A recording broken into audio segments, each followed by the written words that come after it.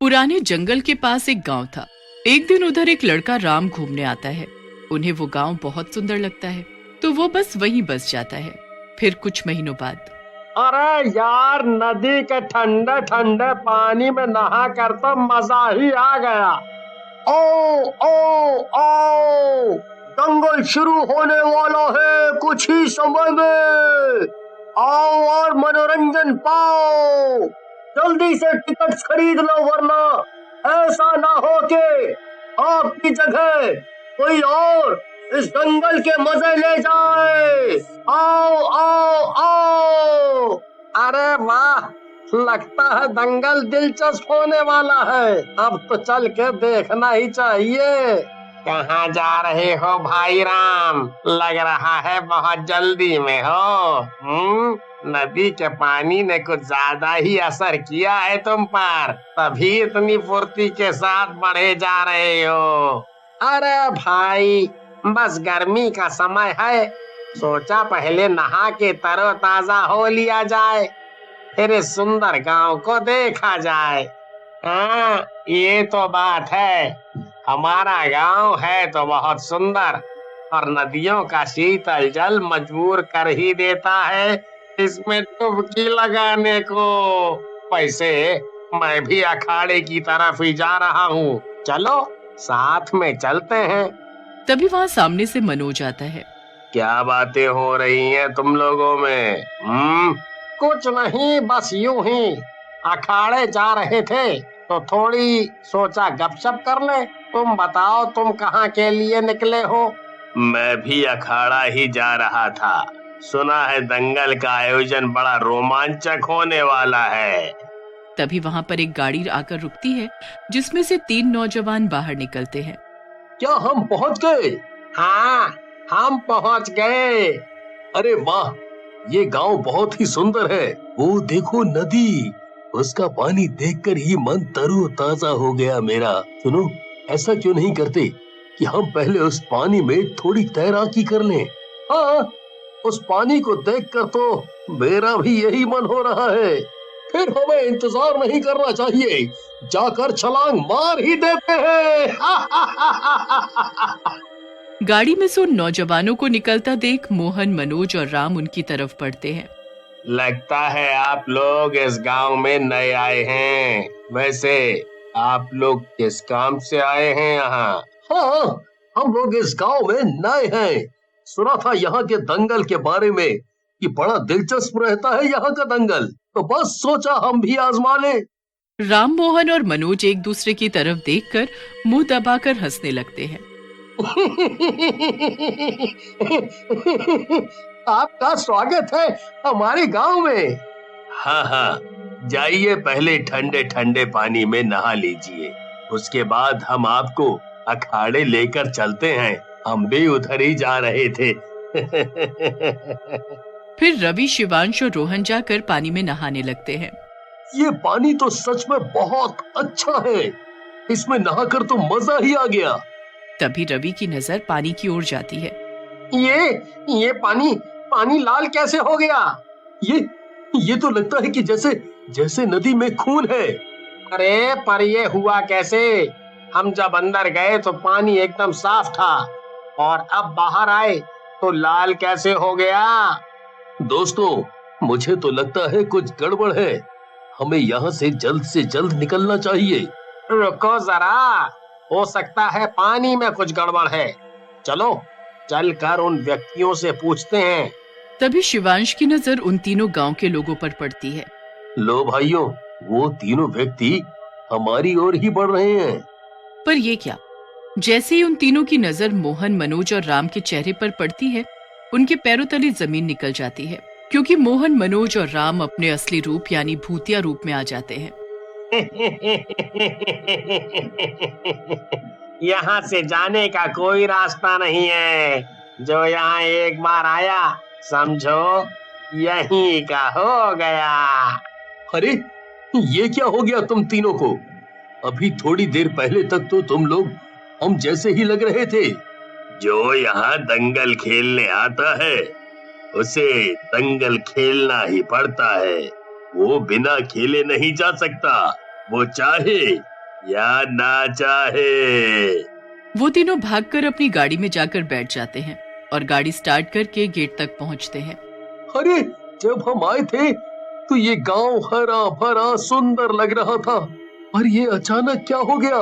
हर जगह राख, टूटी फूटी झोपड़ी, खंडहर, क्या है ये सब?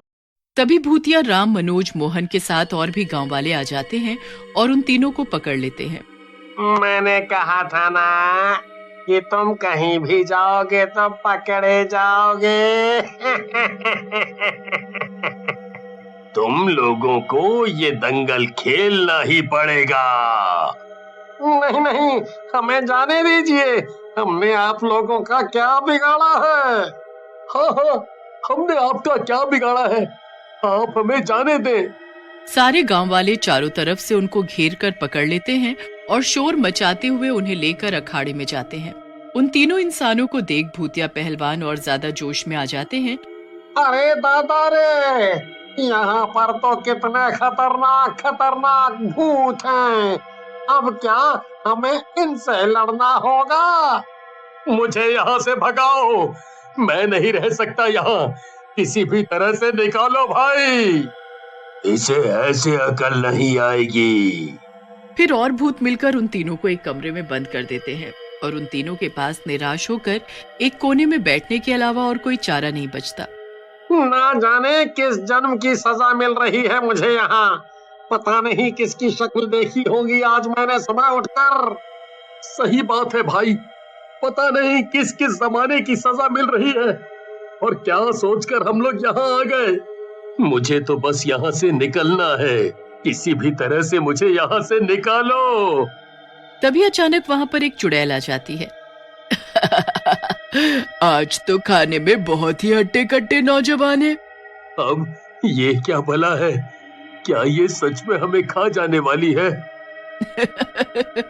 अगर तुम हार गए तो मैं तुम्हें खा जाऊंगी, और मैं ही क्या, इन गांव वालों में तुम्हारी एक एक बोटी बांटी जाएगी। तभी वहां पर भूत आकर उन्हें बाहर ले जाते हैं।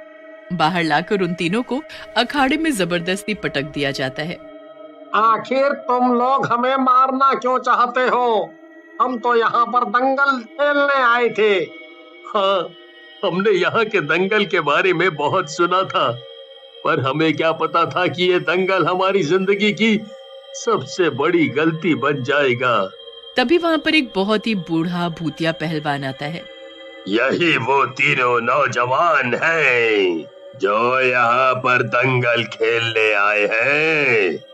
भूत काका, हमारी क्या गलती है? हम तो यहाँ की बस कला देखने आए थे और अपनी कला दिखाने आए थे, पर समझ नहीं आ रहा कि ये भूतिया दंगल कैसे बन गया। हम लोग इंसानों का ही दंगल खेला करते थे पहले, पर तुम जैसे ही लोग शहर से आए और हमारे लोगों को लालच देकर अपनी बातों में फंसाया कि गांव में कुछ नहीं रखा है, शहर चलो, वहां तुम्हें बहुत अच्छी कीमत मिलेगी दंगल खेलने की। और जब हम लोगों ने उन पहलवानों को रोकने की कोशिश की तो उन शहरी लोगों ने पूरा गांव जला दिया और हम लोग यहीं पर भूत बनकर रह गए। तुम जैसे शहर के लोगों को हम ऐसे ही झांसा देकर बुलाते हैं और उनको मारकर अपनी तरह बना लेते हैं। जब हम यहाँ आए तो हमें ये गांव हरा भरा और बहुत सुंदर दिख रहा था। ये सब मायावी है, तुम जैसे लोगों को आकर्षित करने के लिए। ठीक है, हम दंगल खेलेंगे, लेकिन उससे पहले हम गांव घूमना चाहते हैं। रवि, तेरे दिमाग में क्या चल रहा है? क्या तू चाहता है कि हम भी भूत बन जाएं?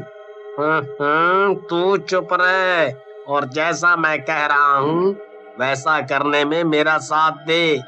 रवि की बात मानकर दोनों रवि के साथ घूमने के लिए निकल पड़ते हैं। रवि उन दोनों को इशारा करते हुए एक मंदिर दिखाता है। बाकी दोनों को समझ में नहीं आता कि रवि क्या करने जा रहा था, पर उनके पास और कोई रास्ता भी नहीं था। देखो, हम इंसान हैं, इसीलिए हम इस मंदिर में घुस पाए। अब जल्दी से ये पवित्र भभूत अपने अपने शरीर पर लगा लो। फिर तीनों भगवान के आगे हाथ जोड़कर बाहर आते हैं। फिर वे भूत उन तीनों को वापस अखाड़े की तरफ लेकर जा रहे होते हैं कि तभी रवि चिल्लाकर बोलता है, रोहन, जल्दी से वो पवित्र भभूत उन भूतों पर फेंको और जल्दी से उस गांव के गेट की तरफ भागो। रोहन वैसा ही करता है। वे भूत वहीं भस्म हो जाते हैं। जैसे ही भूतिया पहलवानों को इस बारे में पता लगता है, वे इन तीनों को पकड़ने के लिए आने लगते हैं। फिर रोहन बचे हुए भभूत को जमीन पर गिराकर एक रेखा बना देता है, जिससे वो सारे भूत अंदर ही रह जाते हैं और जो भी उस रेखा को पार करने की कोशिश करता, वो वहीं भस्म हो जाता है।